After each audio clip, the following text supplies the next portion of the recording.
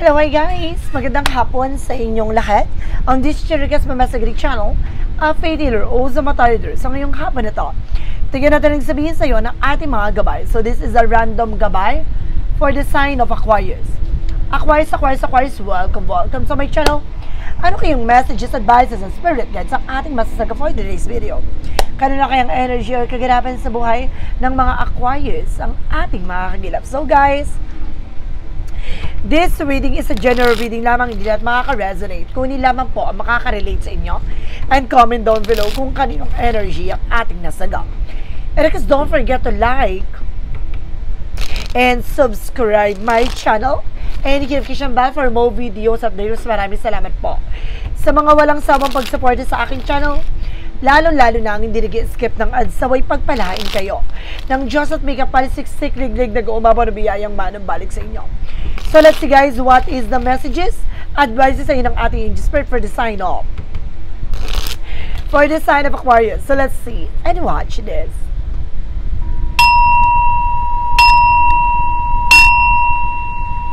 Ano kayang messages, advice sa iyo ng ating angel spirit ang ating mga agilap? So guys, bubungkalin at bubulabugin natin yan ng angel spirit. Please give me an information po.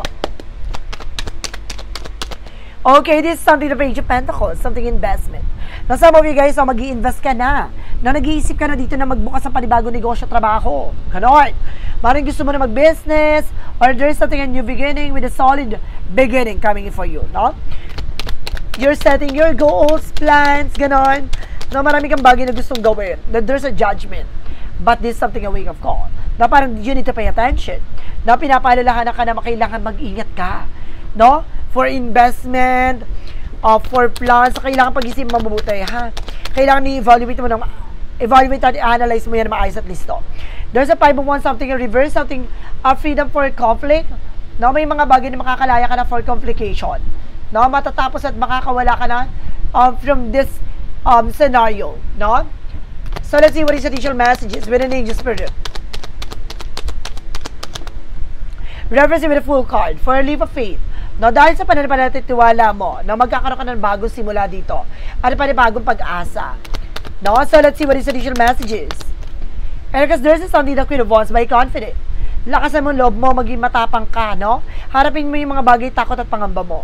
Kailangan palabang ka dito. Let's see what is additional messages. And this is something the Devil card, what? No, meron ditong black magic involved, my goodness. No, lakas naman pakiramdam mo. No, nararamdaman ko na sa paligid mo lang to. No? And the Page of Pentacles represents the 3 of Wands. There's a waiting for a ship na may mga hinihintay kang resulta, documents, papers, maaaring dumating na. No? Maaaring makuha mo na yung hinihintay mong panahon at pagkakataon. No? This is something the waiting is over. No, makukuha mo at makakamtan mo na. Let's see what is the judgment. The judgment represents with the 8 of Swords, no? Pay attention. There's a lot of toxic and negativities around you. Just being aware, guys, na mag-ingat ka. No, maaaring napapalibutan ka ng toxic and negative dito. What is the 5 of Wands in reverse? So, represent with an 8 of Pentacles, mag-focus ka sa trabaho, negosyo, hanap buhay mo. No, mag-focus ka muna sa ginagawa mo. Mag-focus ka dito sa plano mo. No, wala nang komplikasyon, wala nang magsisibing komplikasyon dito. Mag-ingat ka lang dahil napapalibutan ka ng toxic and negative. What is the Fool card? The Fool card represent with the King of Cups. There's a devoted supportive person, no? May devoted supportive person dito. So let's see, what is additional messages?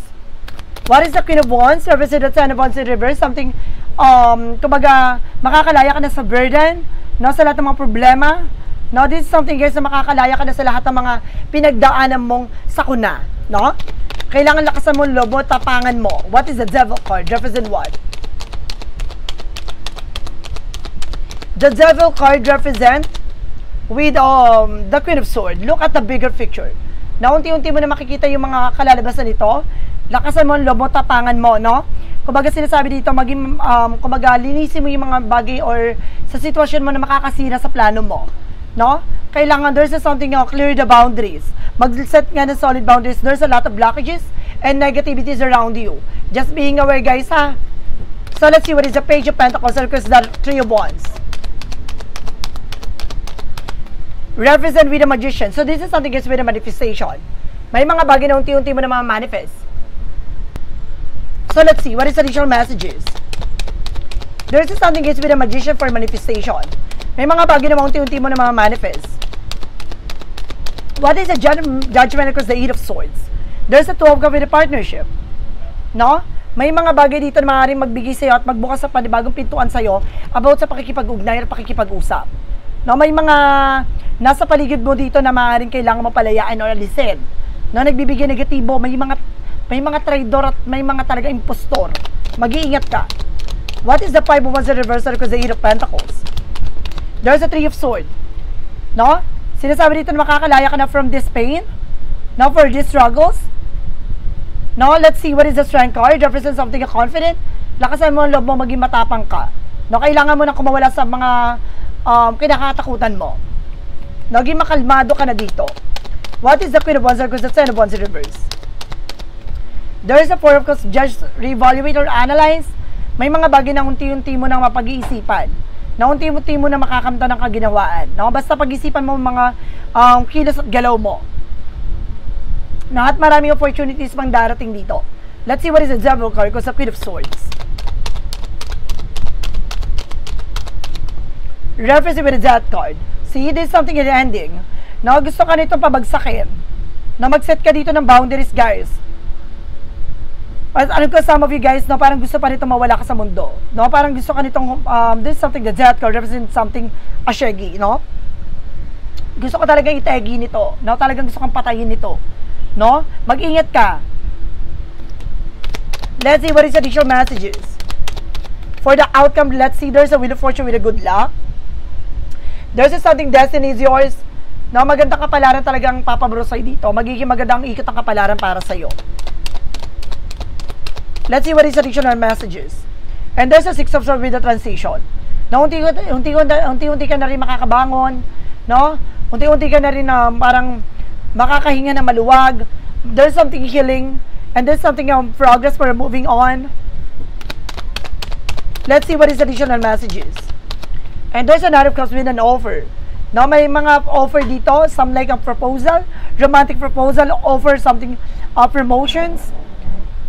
No, may mga parating ditong swerte, no? At you are being attracted, no? Talagang kakatakin mo to. What is additional messages? Reference with the 8 of Cups, something moving forward. Makaka-move on ka na talaga.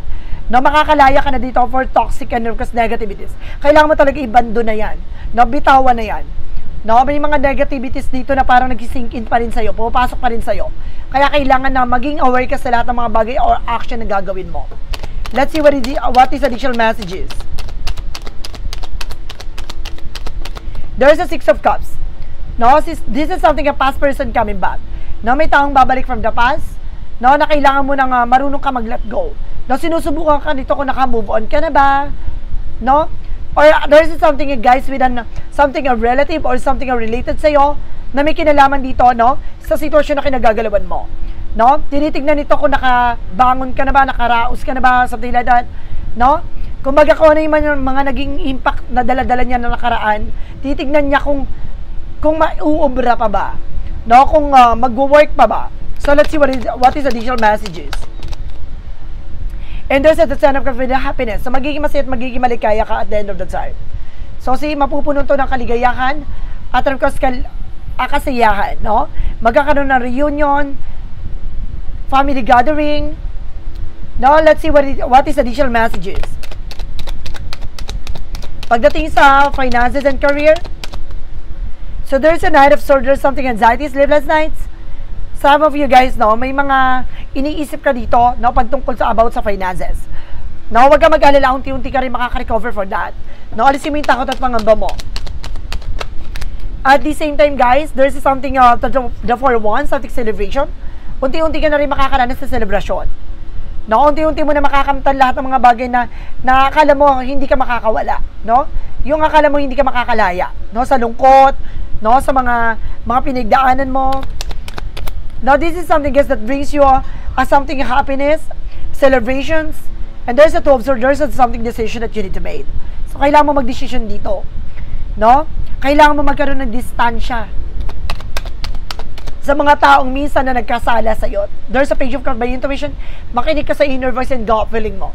No, hindi kayo liligaw nito.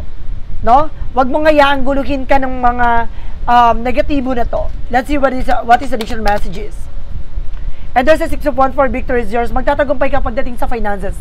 Lalago at lalakas yan. No, maging mahinahon ka lang. At of course, kumalma ka. Pakiramdaman mo. No?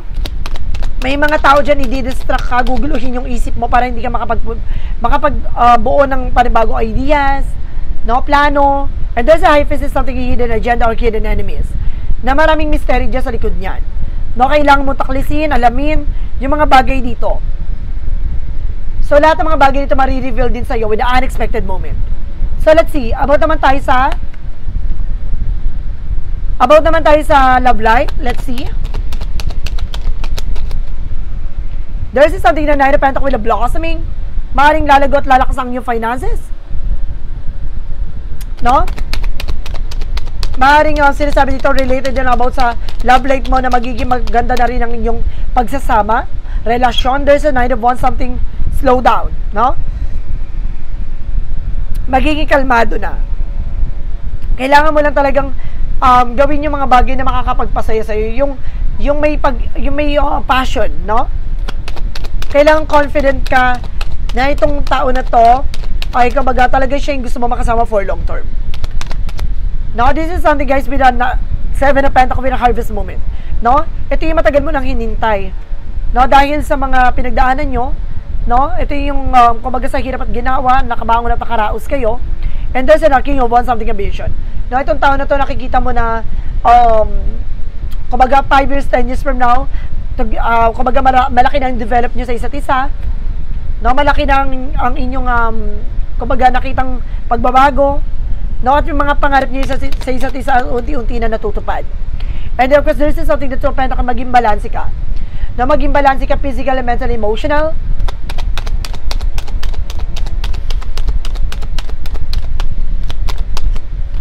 And of course guys, there's something na 5 of Swords. Nagkakaroon ng self-sabotage dahil because of your action. No, magiging maingat ka rin dito, no, dahil mamaya sa bunganga mo mismo manggagaling, no, para magkaroon kayo ng problema, no? Ingatan mo yung bibig mo dahil medyo matabas at medyo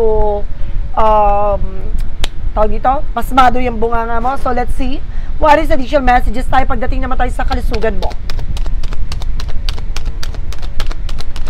Pagdating sa kalusugan mo, there's a 7 of Cups, no, maaaring naguguluhan ka, marami kang mga tanong.